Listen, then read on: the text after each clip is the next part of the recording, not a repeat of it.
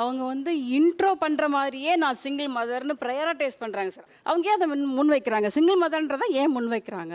ஏன் வைக்க கூடாது? எப்படி சார் நீங்க வாங்க வாங்க, ஏன் பயப்படுறீங்க? வாங்க. ஸோ நீங்க ஒரு இடத்துக்கு போறீங்க அப்படின்னா உங்க பேரு ஊரு எதா சொல்றீங்க.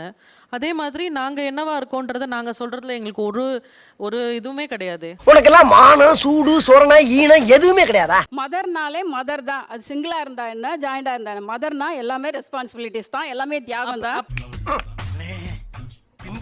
ஸ்கூல்ல ஒரு பேரண்ட் டீச்சர்ஸ் மீட்டிங் போறேன், நான் அஷேம்டா ஃபீல் பண்ணல. எனக்கு அந்த இடத்துல நான் சிங்கிள் மதர்னு சொல்லிக்கிறதுல ஏன் சொல்லக்கூடாது? இல்ல நீ ஏன் இவ்வளவு கேவலமா இருக்கேன்னு சொல்ல வர்ற? அதை ஏன் சிங்கிள் மதர்னு சொல்லி அந்த பவுண்டரி செட் பண்றீங்க? நான் மேரிட் அப்படின்னு அவங்க சொல்றது நார்மலா எடுத்துக்கிறாங்களோ, ஐ எம் a சிங்கிள் பேரண்ட்ங்கிறது நார்மல் அப்படிங்கிறது தான் எனக்கு வேணும். நீ என்ன விளக்கம் சொன்னாலும் அதை ஏற்றுக்கொள்ள என் மனம் மறுக்கின்றது. சிங்கிள் மதரா வாழ்றதுக்கு எல்லா பிளாட்ஃபார்ம் இருக்குன்னு இவங்க நார்மலா சொல்றாங்க. அப்ப ஏன் மறுபடியும் இதை பெருசா நீங்க ப்ரௌடா நான் வந்து ரொம்ப கஷ்டப்பட்டு பண்றேன்னு சொல்றீங்க? அதாவது வாய்க்கு வந்தபடி எல்லாம் பேசப்படாது. எதா இருந்தாலும் நியாயமா பேசணுமா இல்லையா? இன்னமும் பல பெண்கள் இக்கட்டான சூழ்நிலையில ஃபேமிலி செட்டப்ல வாழ்ந்துட்டு இருக்கிறாங்க. அவங்களால வெளில சொல்ல முடியல. அவங்க வந்து ஒரு புழுக்கத்துல வாழ்ந்துட்டு இருக்கிறாங்க. இது சாம்பிள் தான், இன்னும் நிறைய இருக்கு. ஸோ எங்களை மாதிரி சிங்கிள் மதர் நாங்க பாருங்க தனியா எல்லாத்தையும் நாங்க சமாளிச்சுட்டு இருக்கிறோம் சொல்லும்போது ப்ராபப்ளி அவங்களுக்கும் அதுல இருந்து ஒரு தைரியம் வரலாம். தைரியம் வந்து சரி நம்ம வேலைக்கு போகலாம், நம்மளும் நம்ம குழந்தைங்களுக்கு பண்ணலாம் அப்படின்ட்டு. நான் வந்து அவங்கள ஃபேமிலியை பிரேக் பண்ணிட்டு வரணும்ன்றத நான் எம்பசைஸ் பண்ணல.